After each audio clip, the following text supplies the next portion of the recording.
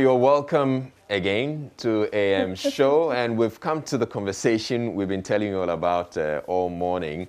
And joining us for the conversation is Emmanuel Hovik-Posu. He's a PRO of the Rent Control Department. And then we also joined via Zoom Christian Malm Hesse. He's a lawyer. Hello, Christian.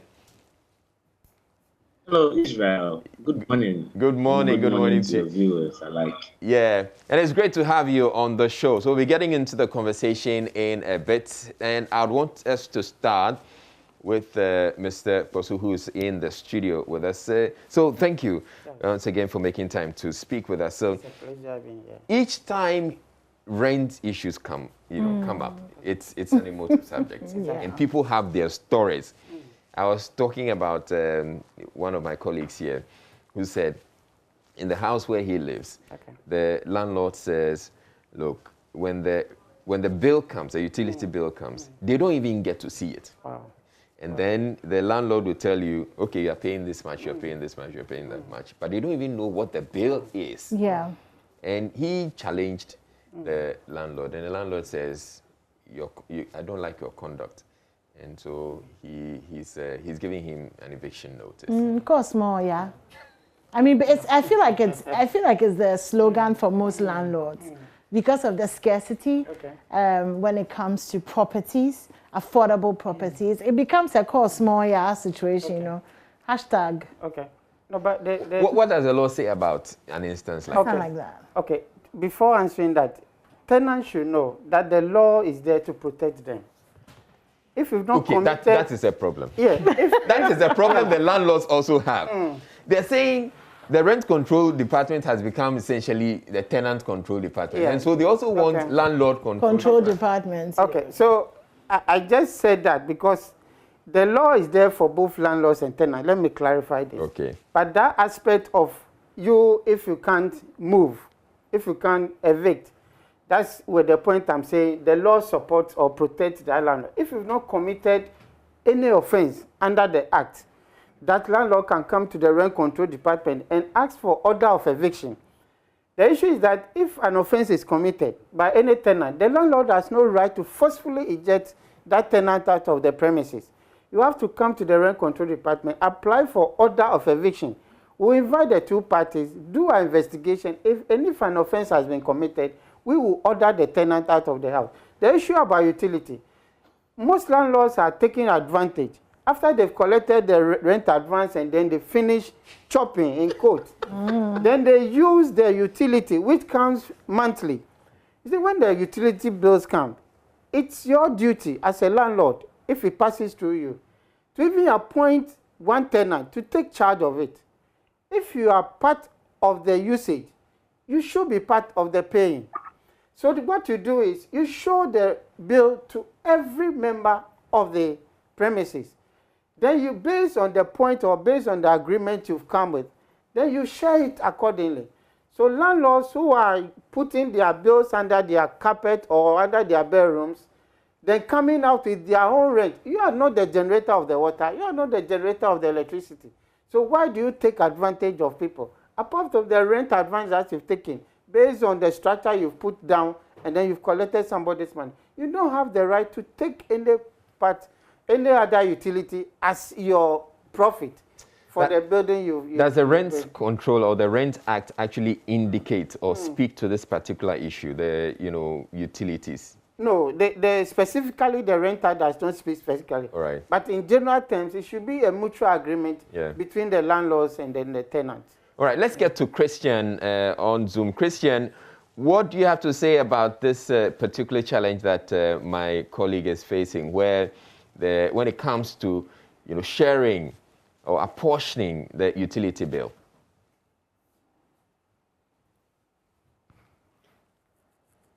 Hello, Christian, you'd have to unmute.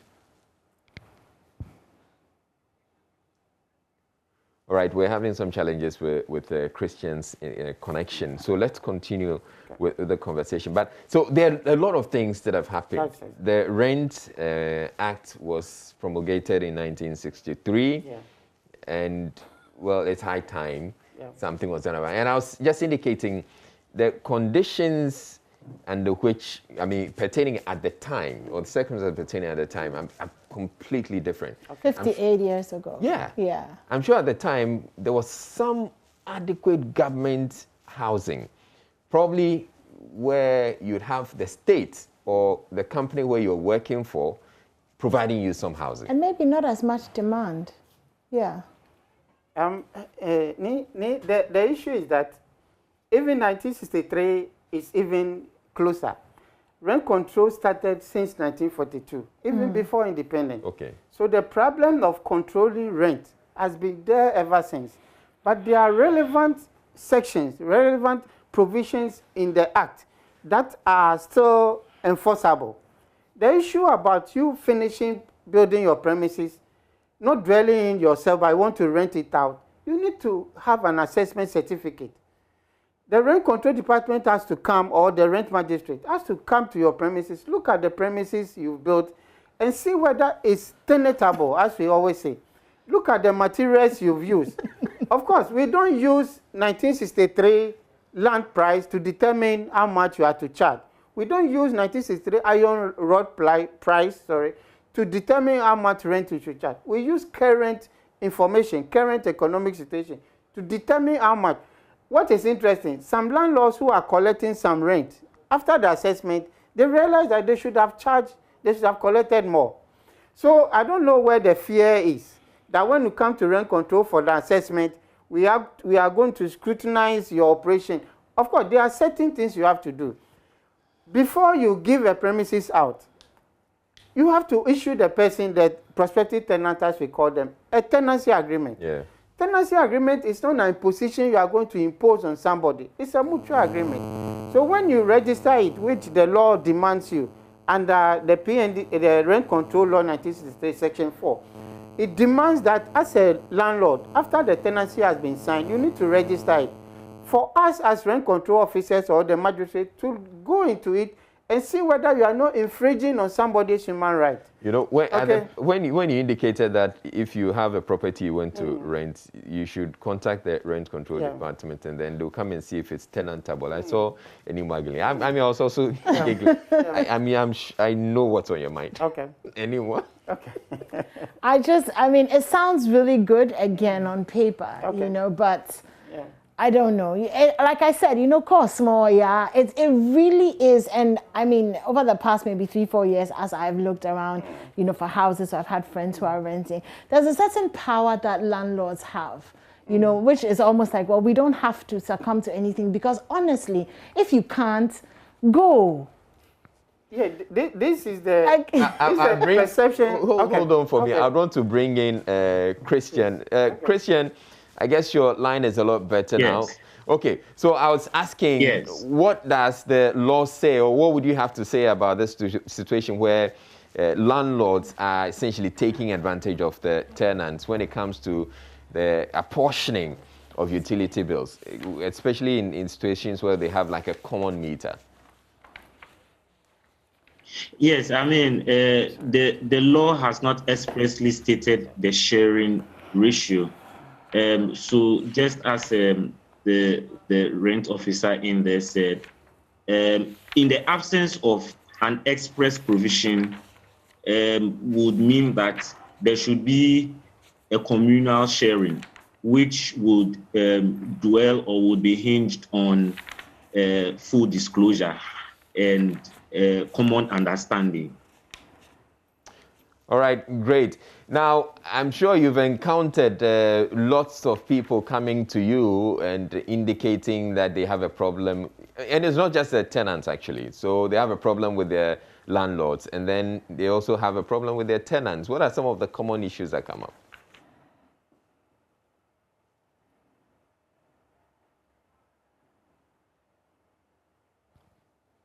Christian, all right, it looks like Christian his connection is still a challenge.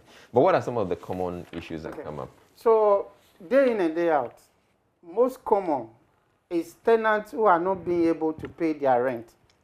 We understand because of the economic situation in the country. So a lot of landlords have brought a lot of tenants into our premises for non-payment of rent. Also, on the part of the tenants is inducing tenants to quit, even if their tenancy have not expired. Just because the landlords, just as my sister just said, they have the notion that they have the power. But you don't have the power when you put your premises on the commercial platform to rent. If you build your premises and you want to dwell in personally, you want to give it to your family member, no act infringes on you. All right. But when you put it on a commercial platform, there are rules and regulations that must guide you. And this is the law. The law says that you have to do A, B, C, D if you put your premises on a commercial platform. One of the things you indicated is that you have to come to the rent control for them to see whether the property is tenantable. Yes. What do you mean by tenant? Okay. So the basic definition is if the place can be dwelled in. If somebody can stay in that premises. Or you can't just put any structure in there and then put advert that place for rent. The place must have some basic facilities, some basic ingredients in that premises, that when the person comes to stay in there, the person will not find him or herself wanting. The basic thing is electricity, water, and then toilet facility.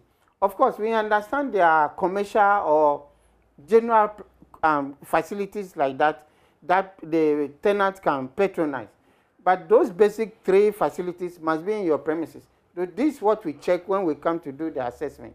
I'll be coming to you to ask what you make of, or does the law also cover containers and kiosks and all of that?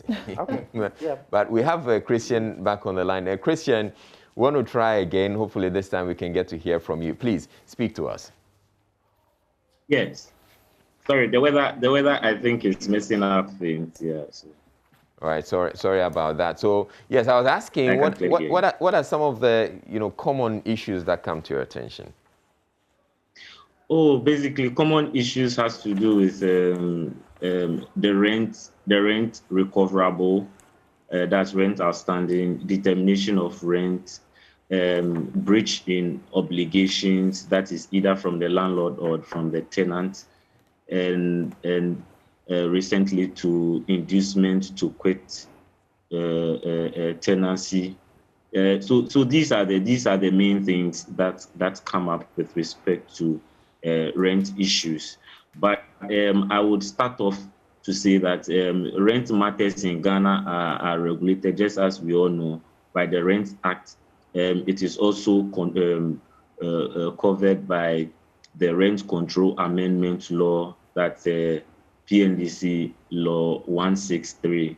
So and then recently with the proclamation of the New Land Act. So these are the things that govern rent matters and its subsidiary legislation. So these are the things that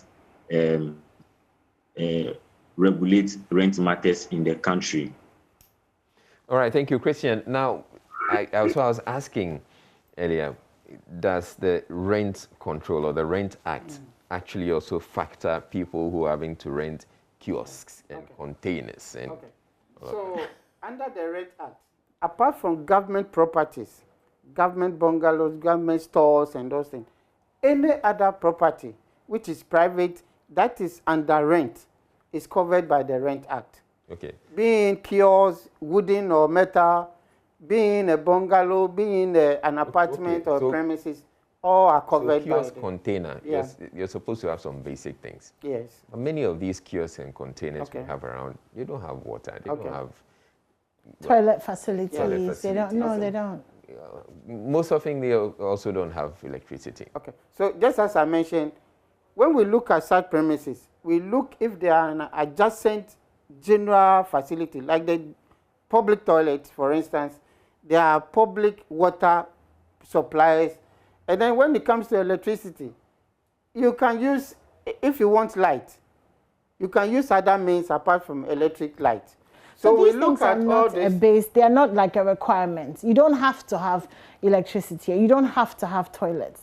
No, it depends on the structure we are talking about. If it's a well-furnished premises, then those 3 basic things must be there. But when we consider kiosks, containers, and those things, then we consider those general amenities for them to support such things. Exactly. But I mean, it's not tenantable.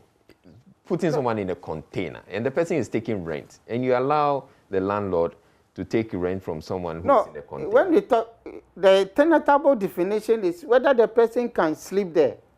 Okay? So if the person, tenantable, if you can sleep there. can sleep there and then you can have other means of those facilities. Of course. We don't. I saw Christian nodding. Christian, you have a point to make.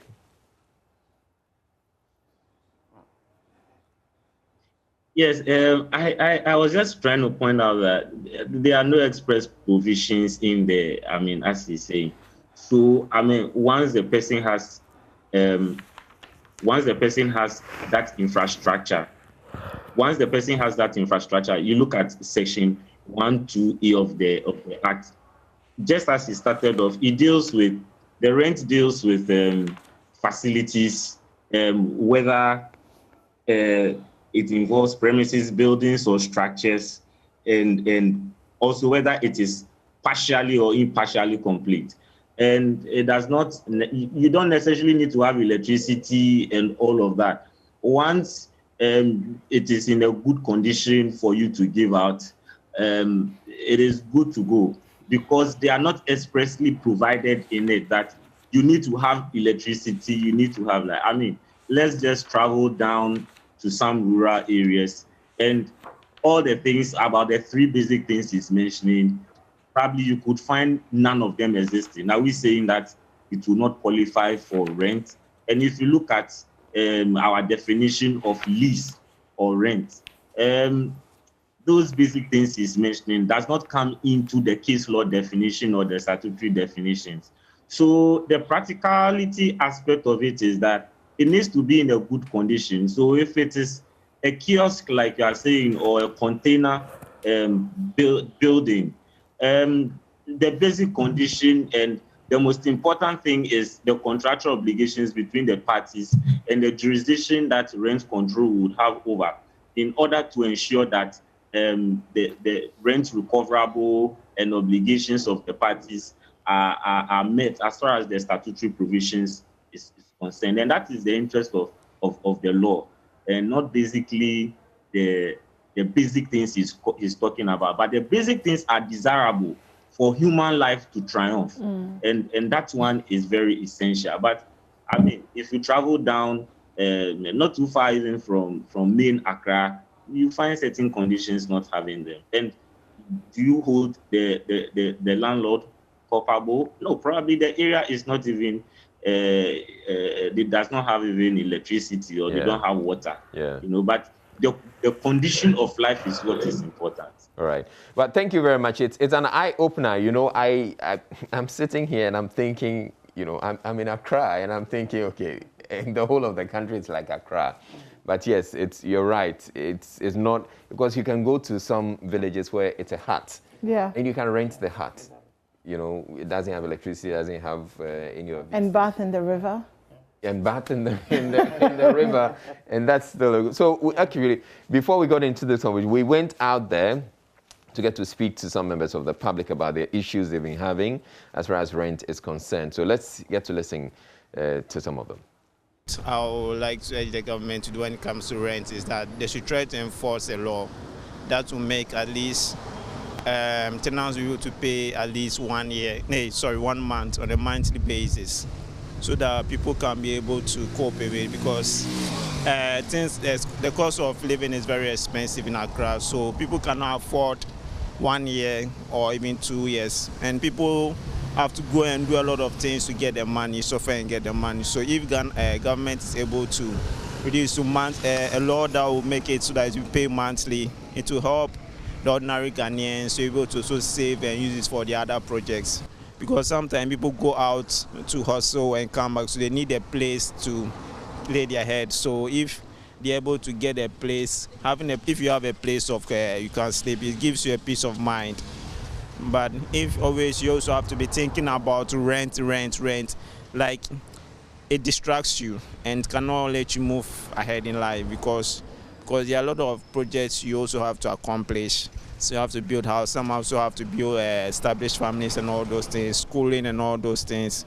all these things cost money, and I think rent is taking about 50-60% of all this. So if rent is taking about 50% of your, it makes your life go downward. Government no yeah baby far rent no because I want the government to do something about rent issues. At the moment, we can't pay our rent, and the manner the landlords demand their money is bad. The government can build affordable houses at lower rates. It will be really helpful. For now, if you are going to rent, the landlords demand up to 2 years rent advance. Meanwhile, your salary is not even enough. At the end of the month, you are paid 1,000 cedis, while the landlord is also demanding 2 years payment. So when will you gather that amount of money to sum that up? When it happens that way, the rent takes all your money. I think the government and the landlord should negotiate so that every month we will pay our rent, because with the 6 months of advance, and if the person has just started working, then where is he going to find all those monies to rent? Because 6 months now or no, so I feel na nipa na start ejuma. Say scan no benya we na or dey akutu rent no. It say if you afford no so benya to go ase no me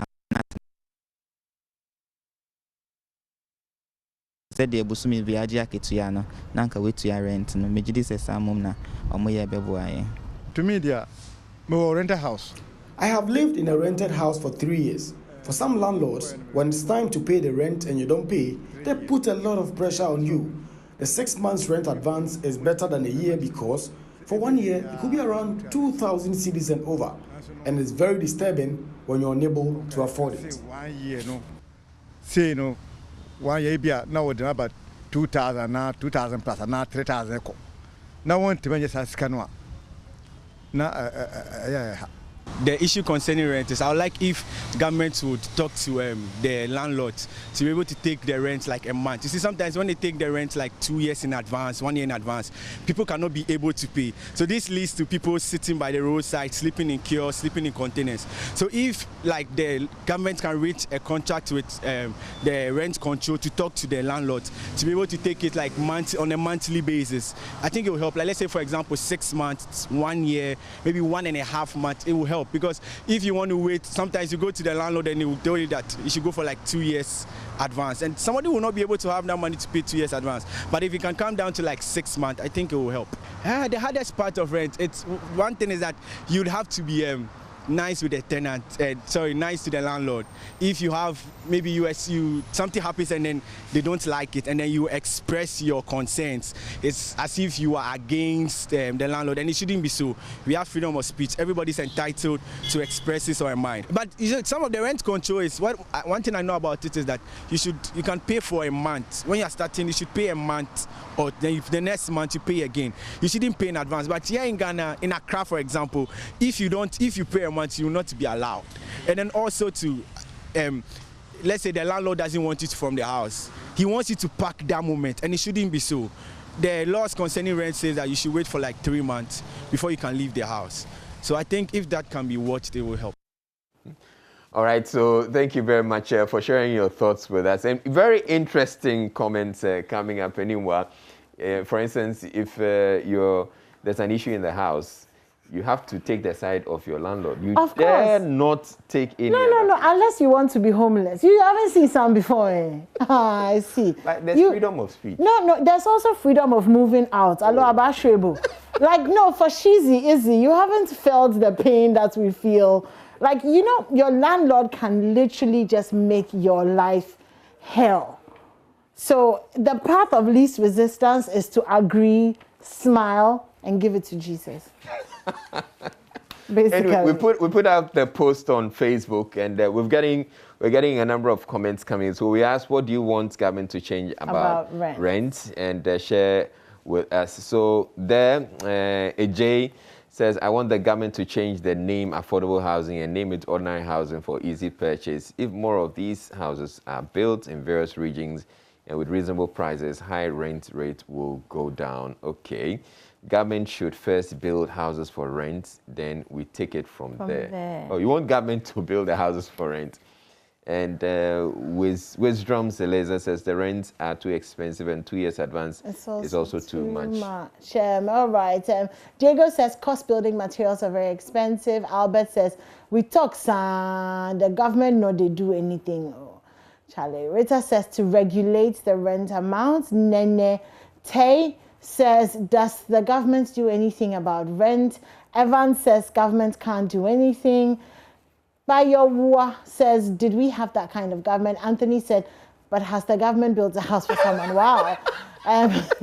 Sadiq, the 2 years advance payment is robbing youth of savings. It should be checked.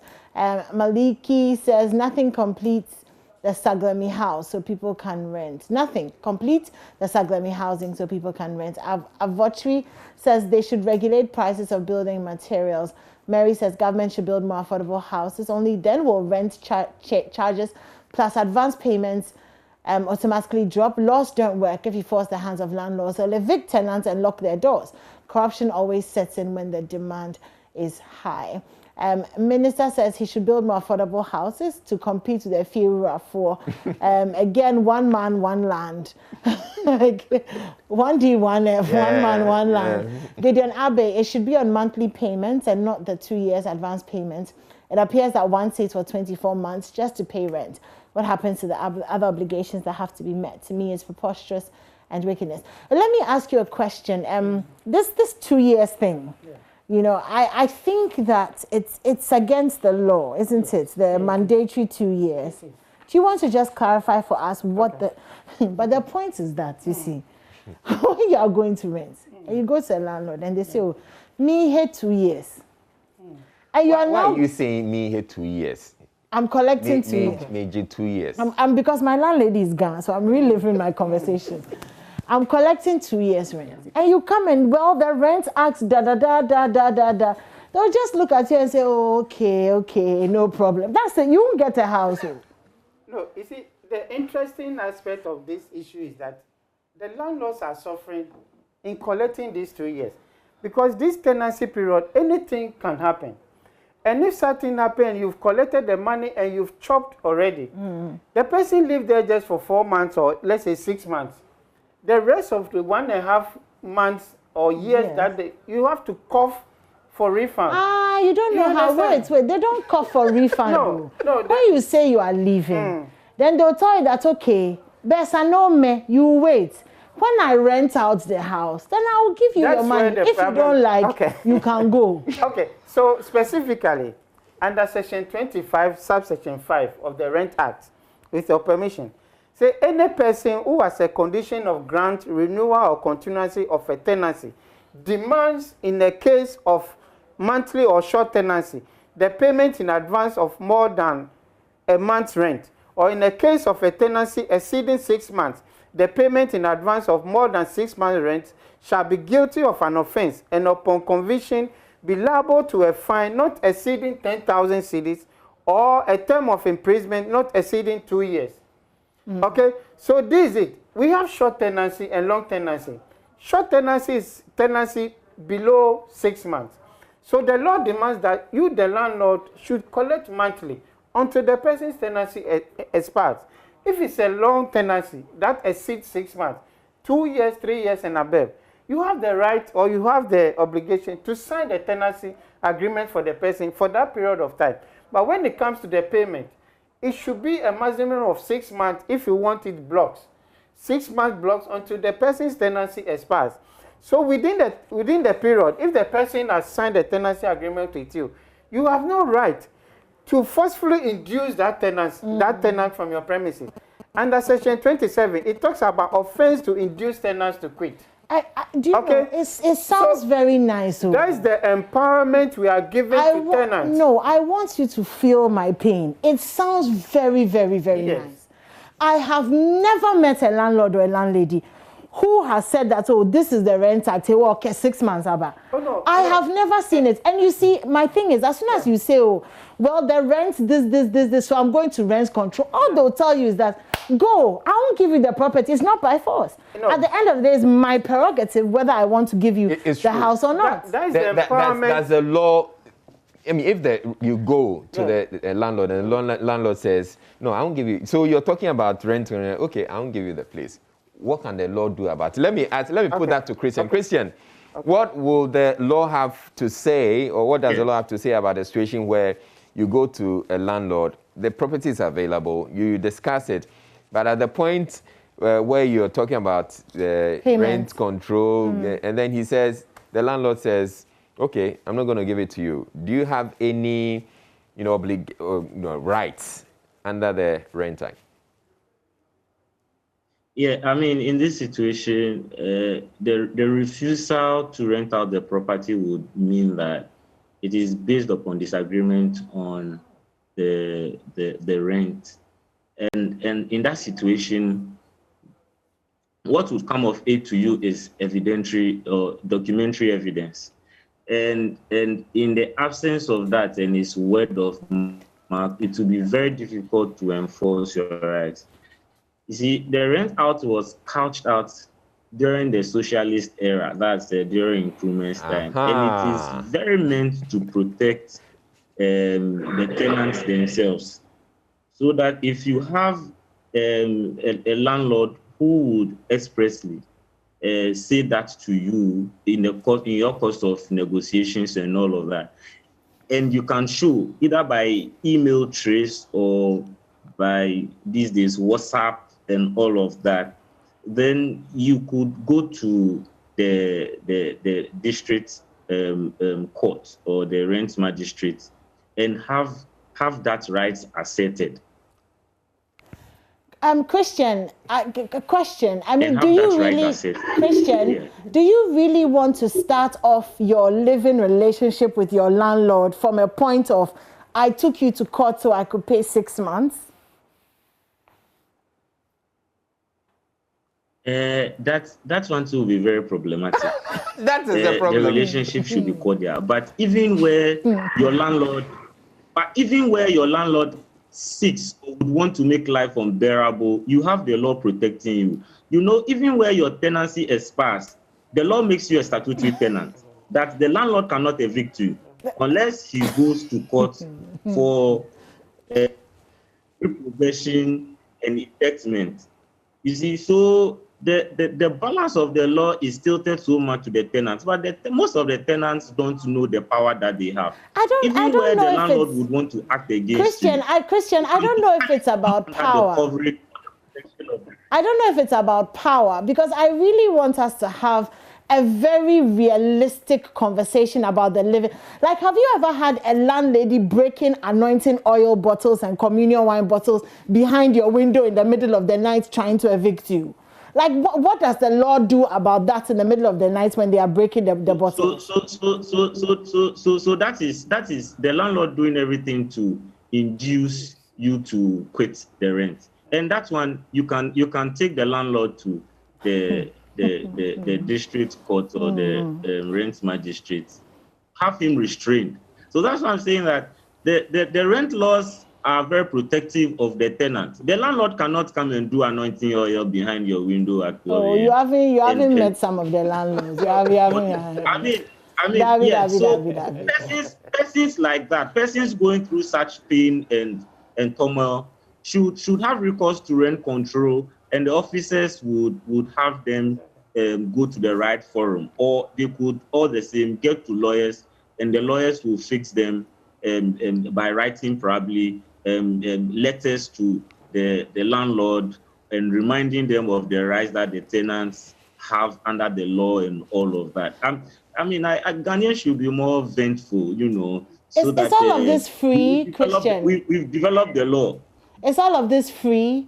I mean, you're talking about lawyers and writing letters. Is all of this state funded, or is it free? Or this one too is from our pockets?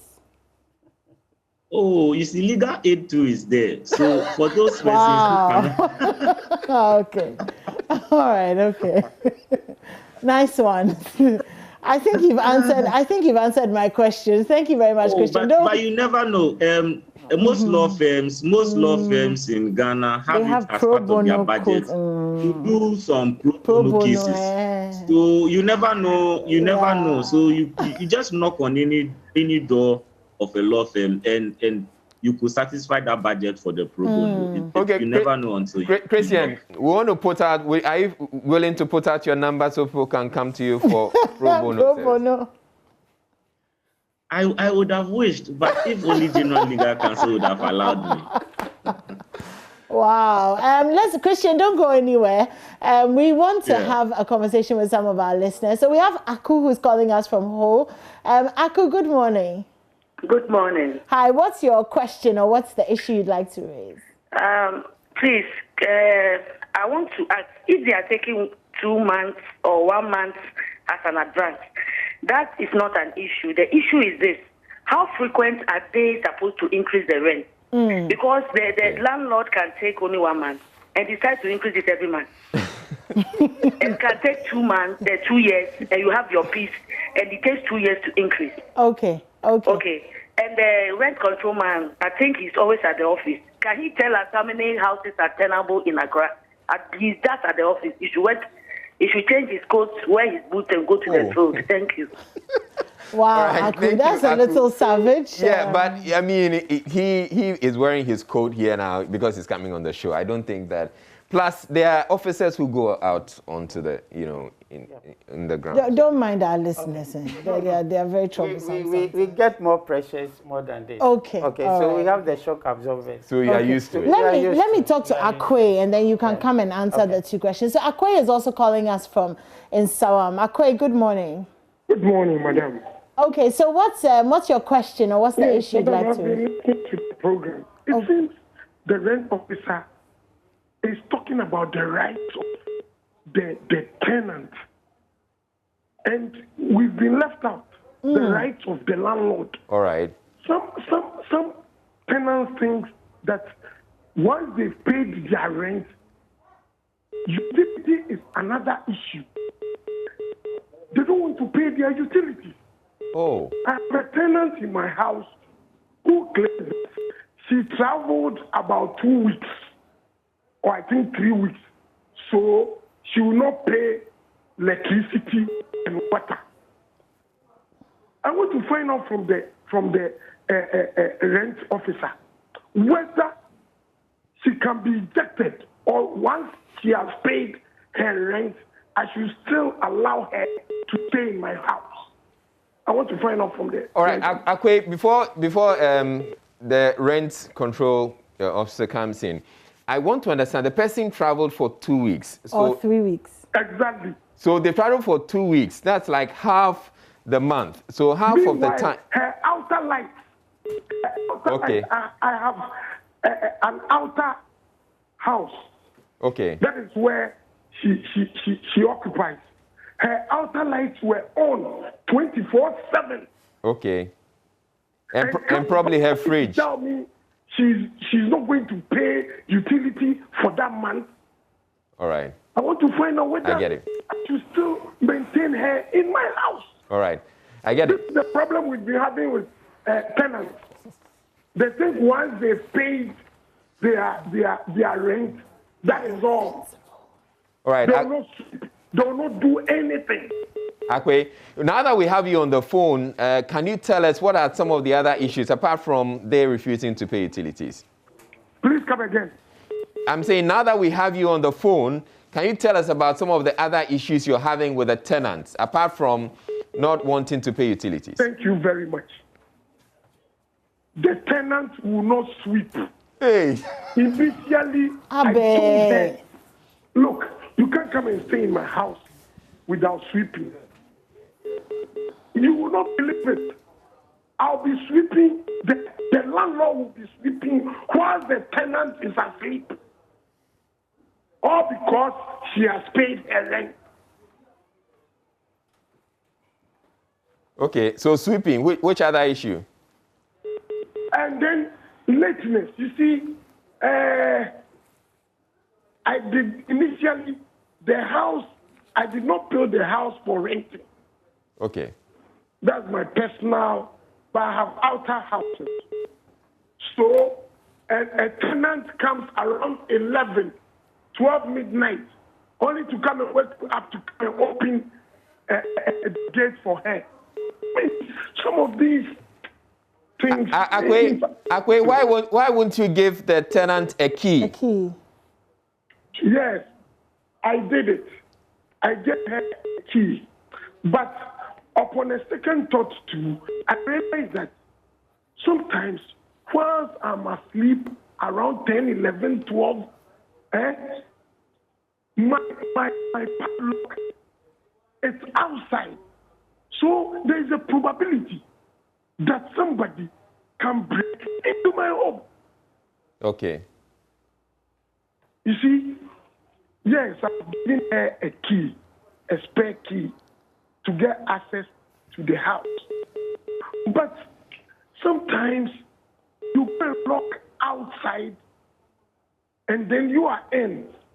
But please, now the way the system is, somebody can easily break into your home. Yeah. Somebody can easily break into your. These are some of the few challenges I'm going through. All right. All right. Thank you very much, Akwe. I mean, we've been hoping to get to hear from landlords, so it's good that we got you to call. Thank you. Thank you very much. So a number of issues have come up. So, Nila, the first issue about frequency of increment. When you look at Section 19, they say landlord prohibited from collecting rent increase resulting from increase in rate without notice. This means if iron rod price has gone up, cement price has gone up, even the road in front of the house or the premises has been tied, it's nice.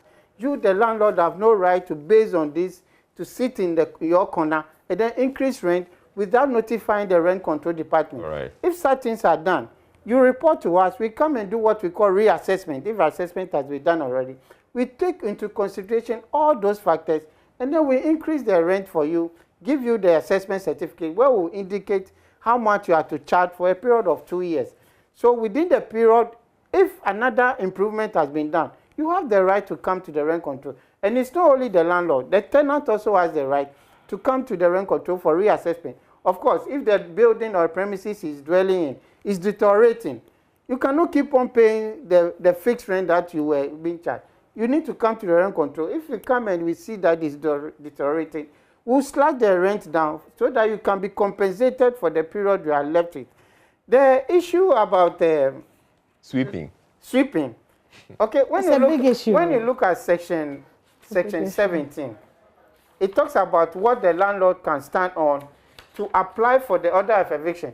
I'm saying this continuously because the landlord, so far as you put your premises on the commercial platform, there are rules and regulations that might guide you. You cannot say you build your own premises, you bought your own iron rod, you bought your own cement, so you have right to do anything you like in the premises. Now your premises is on commercial platform. It's in the public domain, so the rules might guide you. Of course, no tenant has the right to owe you as a landlord a month's rent. You can stand on this and apply for the order of eviction. If you want to dwell in the property yourself, maybe you travel somewhere, you want to come back, you have the right to apply for the order of eviction, where we can assist you to do that.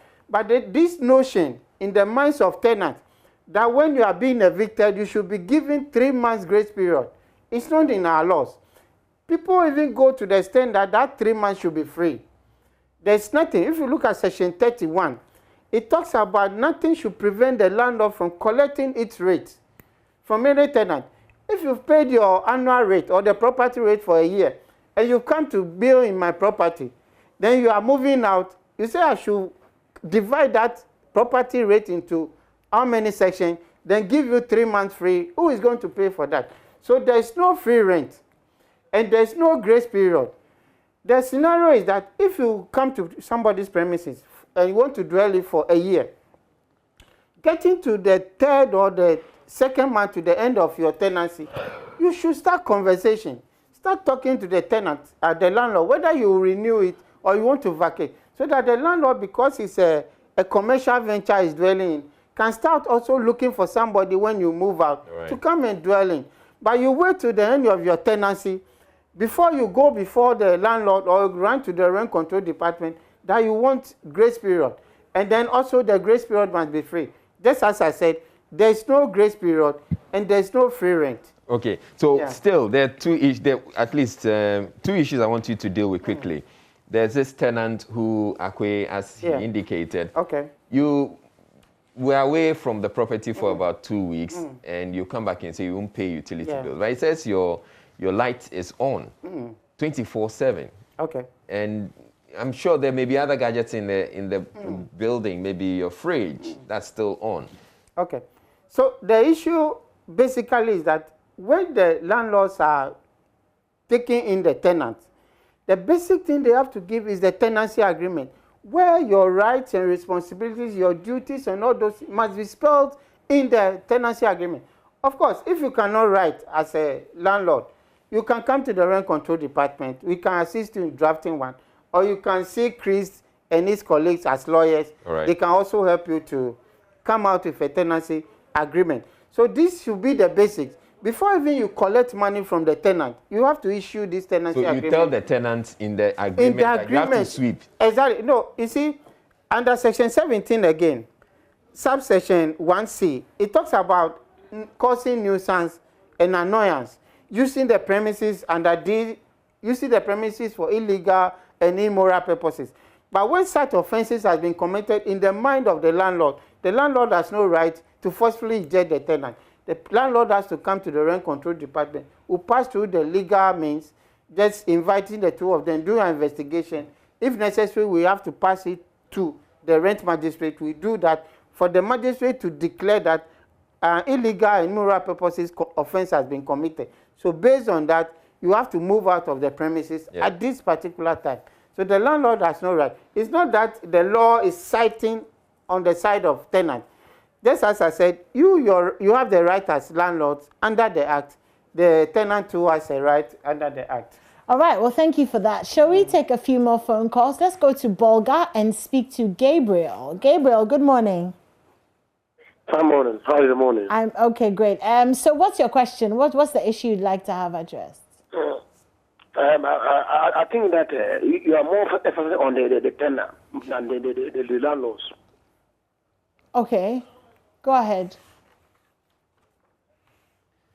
So, Gabriel, I believe you're a landlord, so you have an issue. So please bring your issue up. Okay. I said it. Mm-hmm. Go ahead, Gabriel, we're listening. What I'm saying is that you people are building much on the tenant than the landlords. So the laws are too much. All right. Okay. Thank you very much, Gabriel. We've also spoken with Akwe, who is a landlord, and he's laid out the issues. Let's go to Denzel, who's calling from Cape Coast. Denzel? Israel. Yes. Let's hear you out.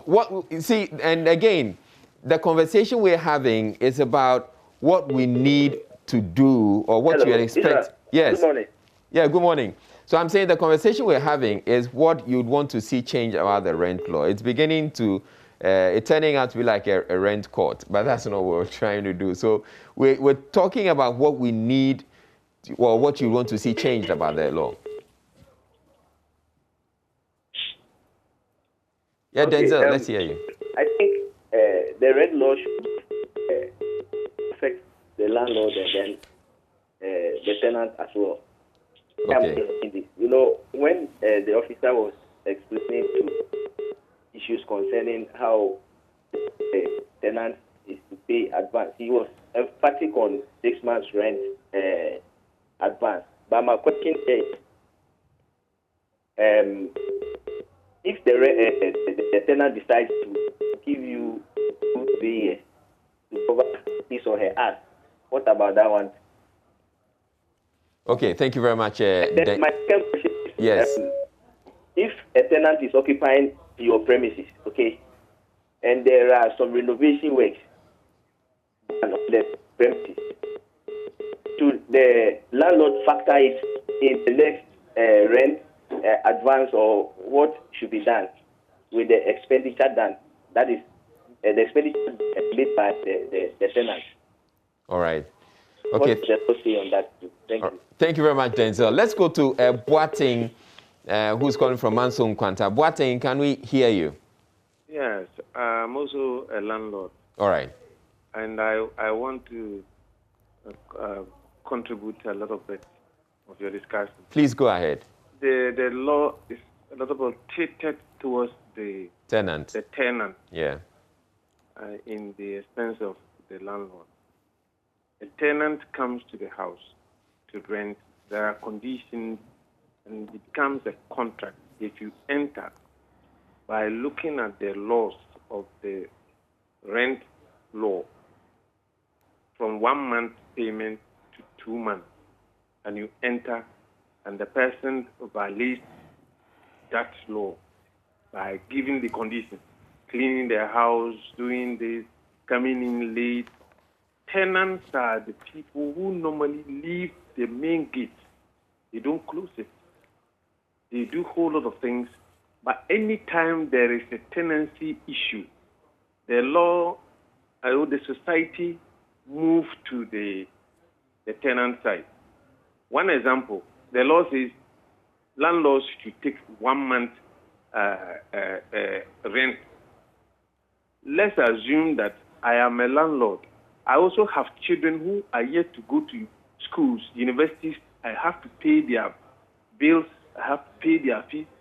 And I have given you 2 years, 1 year, 6 months, and you say you can't pay, but you are going by 1 month. That 1 month rent will never suit the landlord, because then once you rent it out, it has become a commercial issue, and you need to gain because you've also borrowed the money from somewhere. All right, thank you. So the law should always look at it well. Yeah. Consider the landlord, the behavior, and the education should be well educated to the tenants, because they know when you pay, the house is yours. You become a quasi owner, but it is not yours. All right. All right, thank you very much, Boating, from calling from Manson Kwanta. We'll take a last call from Reverend Sapong, who's calling from Cape Coast. Reverend Sapong, let's hear you. Cement should be reduced. Iron rods must be reduced. Prices gone up too much. Okay. Are you a landlord? And the stone and sand, the price has took up because of fuel and it's just too much. We are tired. The government should do things for us. All right. Thank you. Right. All right. Thank you very much, Reverend Sapong. It's interesting. I'm listening to some of the landlords. I mean, to be honest, they sound like house masters, and like you must. Why am I sweeping? And you are sleeping, and Let's talk about flexibility, right? So when you live in a house and there's a sweeping schedule, because in the process of my finding time, I found that sweeping is a big thing. It's set for, I don't know why.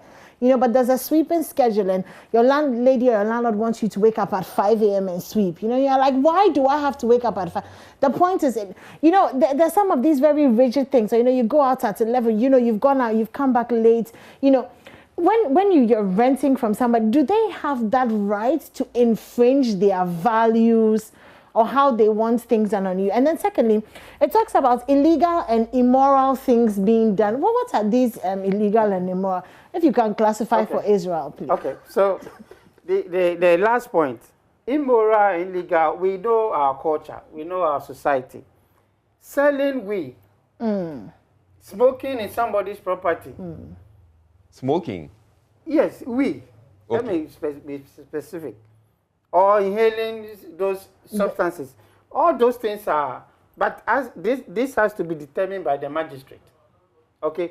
So if you see somebody bringing this packet of these things into your premises, you don't have the right, again, it's not that I'm stressing on tenants. The landlords have their rights under the Act. Tenants also have their rights under the Act. It's there for both landlords and tenants. So when the questions comes, we answer based on them. So if the landlords brings the question, we answer in that direction. Okay. And not that we are citing on the side of the tenant. Okay. Now, what about the super whatever of the values? sweeping on those things. Yeah. Again, under Section 17, subsection 1E, it talks about deteriorating somebody's property. Okay. If sweeping, weeding, and those things, that has been your right. Let me quickly. It says where the condition of the premises, in the opinion of the magistrate or judge, deteriorates owing to act or waste by or neglect or default the tenant or any person residing within it. So if it's your right to make sure that the place is weeded every week, or the place is swept every day or weekly, and you don't do that, you, in the opinion of the majority, if he or she sees that you are making somebody's property deteriorate. It's not so much you don't do that. You know, like, for example, the gentleman we spoke to said, when I'm sweeping, she's sleeping, which means that he wants it to be done at a specific time. Yeah, those are the infringement of the person's human right. If I can sweep 9 o'clock in the morning, that is within the day. You can't specifically tell me to wake up 4 a.m. and to sweep. Okay. You are infringing on my human right. Okay, that's so what this I is where we scrutinize the tenancy agreement before we give you the go-ahead to go and collect the rent. All right, let's get to Christian. Christian, so the conversation we're having this morning really is about what we need to do about the current Rent Act, because the government is considering reviewing it. So we're having these conversations so that we come up with we get to know some of the things that are bothering people and what they would want to see change. So from the conversations, what would you suggest that we do about the Rent Act? Well, some of the things we need to change. One of the things running through, if you'd realize, people are saying, the tenants are saying they want the rent to be paid on a monthly basis. Is that something that's feasible? I mean, that has already, for me, is provided for because if it's for a short rent, it's monthly, and if it is a long rent, maximum payment is 6 months, and you pay it in 6 months blocks. You know, so for that aspect, it is dealt with, but. The interesting thing for the landlords include probably the amount payable will not be.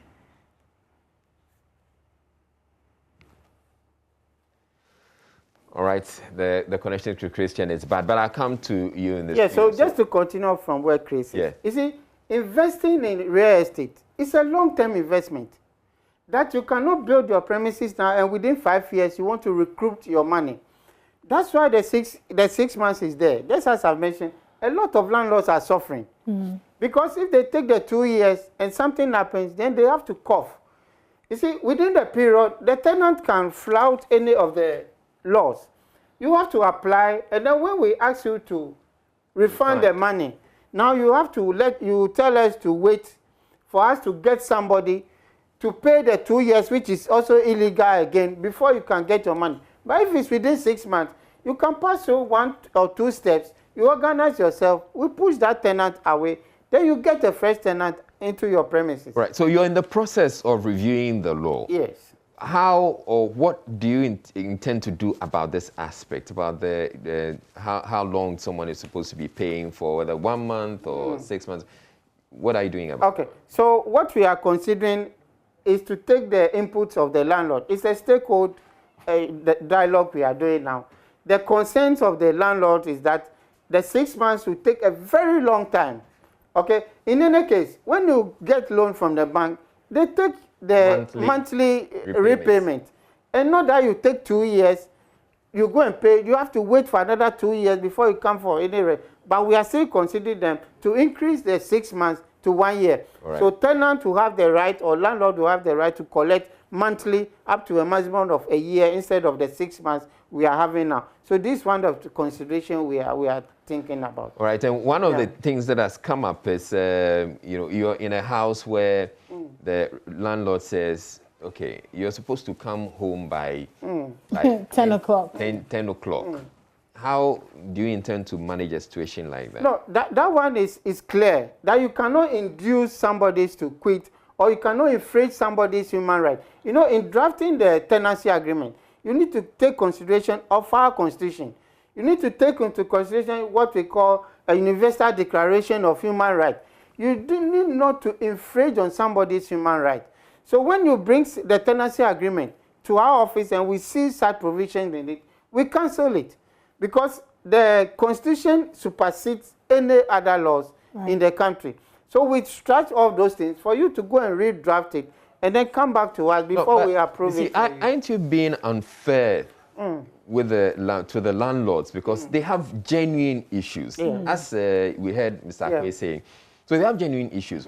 Is it fair to just strike things out like that without finding a way around the problem. You talked about the 6 months now going to, you're considering doing 1 year. Why don't you have a conversation with the landlords and even the tenants, solicit their views, and let's find a way out? But let me answer that for you. For example, Israel, instead of having a padlock, which remains open once the tenant hasn't come home, it makes more sense to actually key the gate.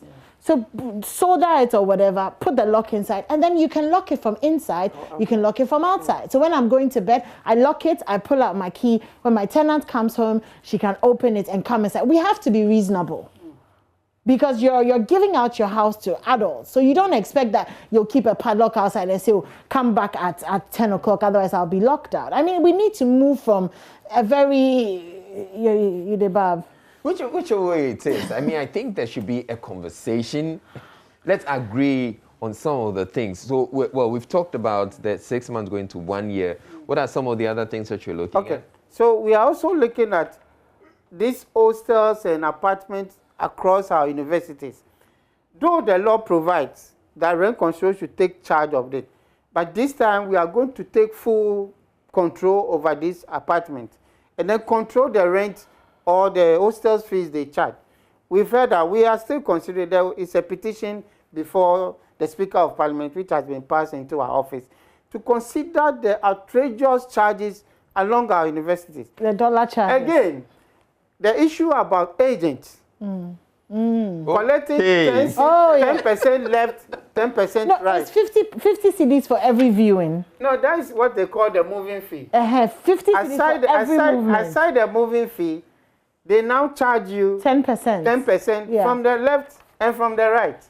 But the law provides that after the tenant has taken possession of the place and the person has paid his or a rent advance, that's where 5% of the rent advance that the tenant has paid to the landlord will be deducted and be given to the agent. So who pays the agents? The landlord or the tenant? Under Section 25, subsection 1C. It says every person who in respect of any premises, being or acting as an agent or broker, or go between demand or receive for its services in connection with the procuring of any grant, renewal, continuance, or assessment of a tenancy, any condition which exceeds 5% per centrum of a recoverable rent for a year of such premises commits an offense.